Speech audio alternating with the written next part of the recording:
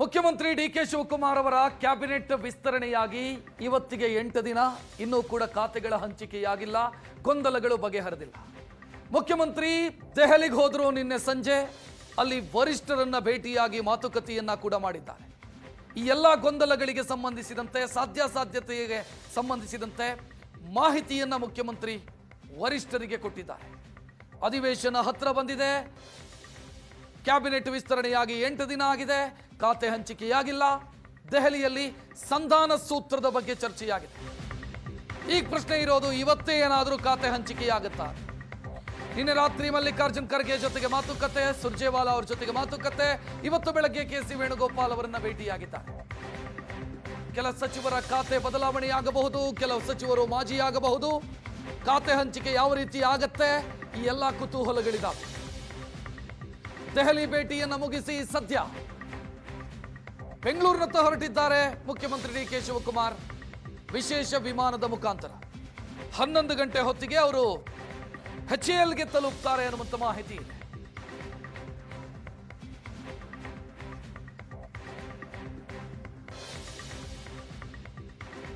ಮೊನ್ನೆ 3ನೇ ತಾರೀಕು 19 ಮಂದಿ ಸಚಿವರು ಪ್ರಮಾಣ ವಚನವನ್ನು ಸ್ವೀಕರಿಸಿದರು.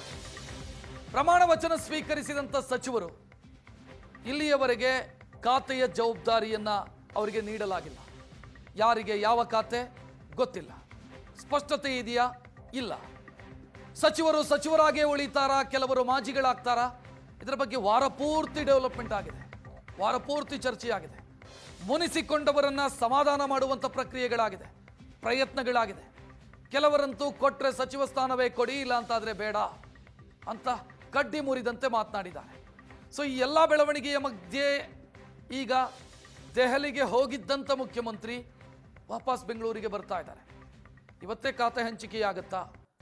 ಜೊತೆಗೆ ಒಂದಿಷ್ಟು ಬದಲಾವಣೆಗಳ ಬಗ್ಗೆ ಏನು ಚರ್ಚೆಯಾಗಿತ್ತು, ಆ ಬದಲಾವಣೆಗಳು ಕೂಡ ಇವತ್ತೇ ಸಾಧ್ಯ ಇದೆಯಾ? ಬದಲಾವಣೆ ಆಗಬೇಕು ಅಂತಾದರೆ ಸಚಿವರುಗಳು ರಾಜೀನಾಮೆಯನ್ನು ಕೊಡಬೇಕಾಗತ್ತೆ. ಖಾತೆಯೇ ಹಂಚಿಕೆಯಾಗೋದಕ್ಕಿಂತ ಮೊದಲು ಸಚಿವರ ರಾಜೀನಾಮೆಯೂ ಕೂಡ ಆಗತ್ತಾ ಅಂತ ಪ್ರಶ್ನೆ ಇರೋದು. ಒಂದು ಇಂಟ್ರೆಸ್ಟಿಂಗ್ ಬೆಳವಣಿಗೆ ದೆಹಲಿಯಲ್ಲಿ ಆಯಿತು ಇವತ್ತು. ಅದು ಮಗಳಿಗಾಗಿ ಸಚಿವ ಸ್ಥಾನವನ್ನ ಬಿಟ್ಟು ಕೊಡ್ತಾರಾ ಮುನಿಯಪ್ಪ ಅಂತ. ಇದು ತ್ಯಾಗದ ವ್ಯಾಪ್ತಿಯೊಳಗೆ ಬರೋದಿಲ್ಲ, ಬದಲಾಗಿ ತನ್ನ ಬದಲು ಮಗಳಿಗೆ ಅಂತ. KGF ಶಾಸಕಿ ರೂಪಕಲಾ ಶಶಿಧರ್ ಅವರಿಗೆ ಮಂತ್ರಿ ಸ್ಥಾನ ಒಲಿಯತ್ತಾ?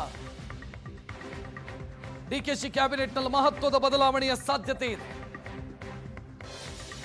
ಸಂಪುಟದಿಂದ ಮುನಿಯಪ್ಪ ಅವರನ್ನ ಕೈಬಿಟ್ಟು ಅವರ ಮಗಳಿಗೆ ಅವಕಾಶವನ್ನ ಕೊಟ್ಟು, ಮಹಿಳಾ ಕೋಟದಡಿಯಲ್ಲಿ ಮಗಳಿಗೆ ಅವಕಾಶ, ಒಂದು ಸಚಿವ ಸ್ಥಾನ ಖಾಲಿ ಏನಿದೆ ಅದನ್ನ ಶಿವಣ್ಣನವರವರಿಗೆ ಕೊಡೋದು. ಅಲ್ಲಿಗೆ ಉತ್ತರ ಕರ್ನಾಟಕದ ಕುರುಬಾ ಕೋಟ ಕಂಪ್ಲೀಟ್ ಆದಂಗಾಯ್ತು. ಈಗ ಕಾಂಗ್ರೆಸ್ಗೆ ಇರುವಂತ ಪ್ರಮುಖ ಸಮಸ್ಯೆಗಳ ಪೈಕಿ ಮಹಿಳೆಯರಲ್ಲಿ ಯಾರಿಗೆ ಅವಕಾಶ ಕೊಡಬೇಕು ಅಂತ, ಅದು ಮುನಿಯಪ್ಪ ಅವರ ಪುತ್ರಿಗೆ ಅವಕಾಶ ಕೊಟ್ಟು ಮುನಿಯಪ್ಪ ಅವರ ರಾಜೀನಾಮೆ ಪಡೆಯೋದು ಪೂರಕ ಅನ್ನುವಂತೆ. ಇವತ್ತು ಕೆ.ಸಿ. ವೇಣುಗೋಪಾಲ್ ಅವರನ್ನ ಮುಖ್ಯಮಂತ್ರಿ ಭೇಟಿಯಾದಾಗ KH ಮುನಿಯಪ್ಪ ಕೂಡ ಇದ್ರು, ನೋಡ್ತಾ ಇದ್ದೀರಿ ದೃಶ್ಯದಲ್ಲಿ. ಅಥವಾ KH ಮುನಿಯಪ್ಪ ಅವರನ್ನ ಕೂಡ ಕರೆಸ್ಕೊಂಡ್ರು ಕೆ.ಸಿ. ವೇಣುಗೋಪಾಲ್. ಸೊ ಇದು ಆಸಕ್ತಿದಾಯಕ ತಿರುವನ್ನು ಪಡ್ಕೊಳ್ತಾ ಇದೆ. ಈಗ ಮುನಿಯಪ್ಪ ಅವರು ಬರ್ತಾ ಇರುವಂತ ದೃಶ್ಯವನ್ನ ನೀವು ನೋಡ್ತಾ ಇದ್ದೀರಿ ಕೆ.ಸಿ. ವೇಣುಗೋಪಾಲ್ ಅವರ ನಿವಾಸಕ್ಕೆ. 2 ಸಾಧ್ಯತೆ ಮುನಿಯಪ್ಪ ಅವರ ಆಗಮನದಲ್ಲಿ. ಒಂದು, ಅವರು ಸಮಾಜ ಕಲ್ಯಾಣ ಖಾತೆಯ ಮೇಲೆ ಕಣ್ಣಿಟ್ಟಿದ್ದಾರೆ, ಕೊಟ್ರೆ ಅದೇ ಕೊಡಿ ಅಂತ.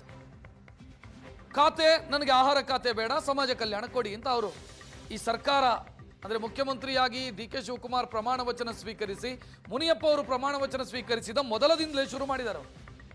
ನನಗೆ ಖಾತೆಯಲ್ಲಿ ಬದಲಾವಣೆ ಬೇಕು ಅಥವಾ ಸಮಾಜ ಕಲ್ಯಾಣ ಬೇಕು. ಆಪ್ಷನ್ ನಂಬರ್ 1 ಈಗ ಆಗಿರೋ ವಿಚಾರದಲ್ಲಿ ಒಂದು, ಸಮಾಜ ಕಲ್ಯಾಣಕ್ಕೆ ಸಂಬಂಧಿಸಿದಂತೆ ಮುನಿಯಪ್ಪ ಅವರ ಜೊತೆಗೆ ಮಾತನಾಡಿರಬೇಕು. ಎರಡನೆಯದು, ನೀವು ರಿಸೈನ್ ಮಾಡಿ ನಿಮ್ಮ ಮಗಳನ್ನು ತೆಗೆದುಕೊಳ್ತೀವಿ ಕ್ಯಾಬಿನೆಟ್ಗೆ, ನಿಮ್ಮ ಮಗಳಿಗೆ ಒಳ್ಳೆ ಖಾತೆಯನ್ನು ಕೊಡಲಾಗುತ್ತೆ. ನಿಮ್ಮ ಮಗಳೆಲ್ಲಾದರೂ ಕ್ಯಾಬಿನೆಟ್ಗೆ ಬಂದರೆ ಸಾಕಷ್ಟು ಅಡ್ವಾಂಟೇಜ್ ಇದೆ. ಒಂದು, ಕೋಲಾರ ಜಿಲ್ಲಾ ಪ್ರಾತಿನಿಧ್ಯ, ಕೋಲಾರ ಚಿಕ್ಕಬಳ್ಳಾಪುರ ಜಿಲ್ಲೆಯ ಪ್ರಾತಿನಿಧ್ಯ, ಆ ಸಮಸ್ಯೆಯೂ ಕೂಡ ಬಗೆಹರಿಯುತ್ತೆ. ಮಹಿಳಾ ಕೋಟದಲ್ಲಿ ಅವಕಾಶ ಕೊಟ್ಟಂಗಾಗತ್ತೆ. ಮತ್ತು ಒಂದು ಸಚಿವ ಸ್ಥಾನ ಖಾಲಿ ಏನಿದೆ ಅದನ್ನ ಉತ್ತರ ಕರ್ನಾಟಕ ಭಾಗದ ಕುರುಬರಿಗೆ ಕೊಟ್ಟಂಗಾಗತ್ತೆ.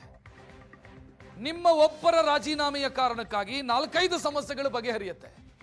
ಸೊ ನೀವು ರಾಜೀನಾಮೆ ಕೊಡಿ, ನಿಮ್ಮ ಮಗಳನ್ನ ಮಂತ್ರಿ ಮಾಡ್ತೀವಿ ಅಂತ ಕನ್ವಿನ್ಸ್ ಮಾಡಿರುವಂಥ ಸಾಧ್ಯತೆಗಳಿದ್ದಾವೆ. ಈ ಎರಡು ಸಾಧ್ಯತೆಗಳು ಮುನಿಯಪ್ಪ ಅವರನ್ನ ಕೆ.ಸಿ. ವೇಣುಗೋಪಾಲ್ ಅವರು ಕರೆಸಿಕೊಂಡು ಮಾತನಾಡಿರೋ ಹಿಂದೆ ಇರೋದು.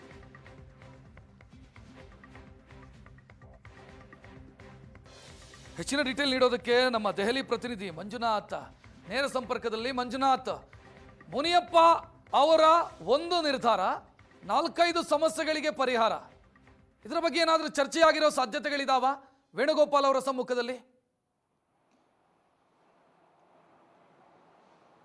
ಇಲ್ಲ ಅಂತ ಹೇಳಲಿಕ್ಕೆ ಸಾಧ್ಯ ಇಲ್ಲ ರಕ್ಷಿತ್. ಎರಡೂ ಆಪ್ಷನ್ಗಳು ಚರ್ಚೆ ಆಗಿದ್ದಾವೆ. ಆದರೆ ಮುನಿಯಪ್ಪ ಅವರ ಬಿಗಿಪಟ್ಟು ಏನು ಅಂತ ಅಂದರೆ, ಅವರ ಆಪ್ತ ವಲಯಗಳು ಹೇಳ್ತಾ ಇರುವ ಪ್ರಕಾರ ಸಮಾಜ ಕಲ್ಯಾಣ ಖಾತೆಗೆ ಹೆಚ್ಚು ಪಟ್ಟನ್ನು ಹಿಡ್ಕೊಂಡು ಕೂತಿದ್ದಾರೆ ಸಾಹೇಬರು ಅನ್ನುವಂತಹ ಮಾಹಿತಿಗಳು ಅವ್ರ ಕಡೆಯಿಂದ ಸಿಗ್ತಾ ಇರೋಂಥದ್ದು. ಈಗ ಆಲ್ರೆಡಿ ಅವರು ಪತ್ರಿಕಾ ಹೇಳಿಕೆ ಮೂಲಕ ನಾನು ರಾಜೀನಾಮೆ ಕೊಡೋದಿಲ್ಲ ಅನ್ನುವಂಥದ್ದನ್ನ ಭಾಳ ಸ್ಪಷ್ಟವಾಗಿ ಅವರು ಪತ್ರಿಕಾ ಹೇಳಿಕೆ ಬಿಡುಗಡೆ ಮಾಡಿದ್ರು. ಅದೆಲ್ಲವೂ ಕೂಡ ಹೇಳಿ ಆಗಿದೆ, ರಾಜೀನಾಮೆ ಕೊಡೋದಿಲ್ಲ ಅನ್ನುವಂಥದ್ದನ್ನ ಭಾಳ ಸ್ಪಷ್ಟವಾಗಿ CM ಅವ್ರ ಗಮನಕ್ಕೂ ಕೂಡ ತಂದಿದ್ದಾರೆ. ಆದರೆ ಇವತ್ತು ಅವರು ಬಂದಿದ್ದಂಥ ಉದ್ದೇಶ ಸಮಾಜ ಕಲ್ಯಾಣ ಇಲಾಖೆಯನ್ನು ಗಿಟ್ಟಿಸ್ಕೋಬೇಕು ಅನ್ನುವಂಥದ್ದು.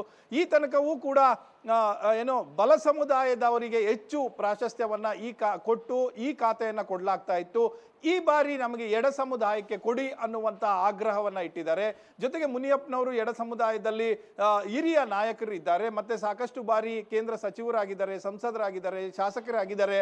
ಸೊ ಇವೆಲ್ಲ ಅನುಭವ ಇದೆ. ಹಾಗಾಗಿ ಈ ಸಾರಿ ಕೊಡಬೇಕು ಅನ್ನುವಂಥ ಆಗ್ರಹ ಎಡ ಸಮುದಾಯದಿಂದ ಕೇಳಿ ಬರ್ತಾ ಇದೆ. ಮುನಿಯಪ್ಪನವರ ಆಗ್ರಹವೂ ಕೂಡ ಹಾಗೆ ಇರುವಂಥದ್ದು.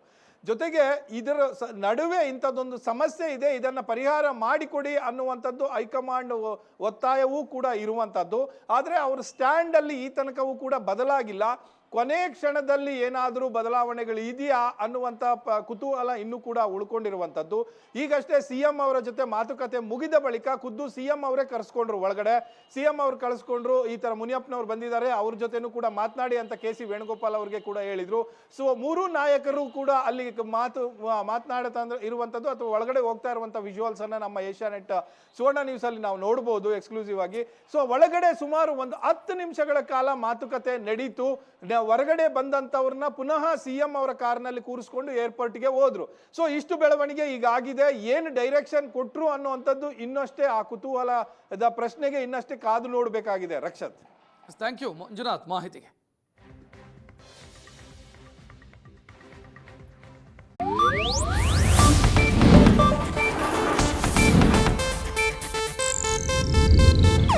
ಇದು ಏಷ್ಯಾನೆಟ್ ನ್ಯೂಸ್ ನೆಟ್ವರ್ಕ್ ಪ್ರಸ್ತುತಿ.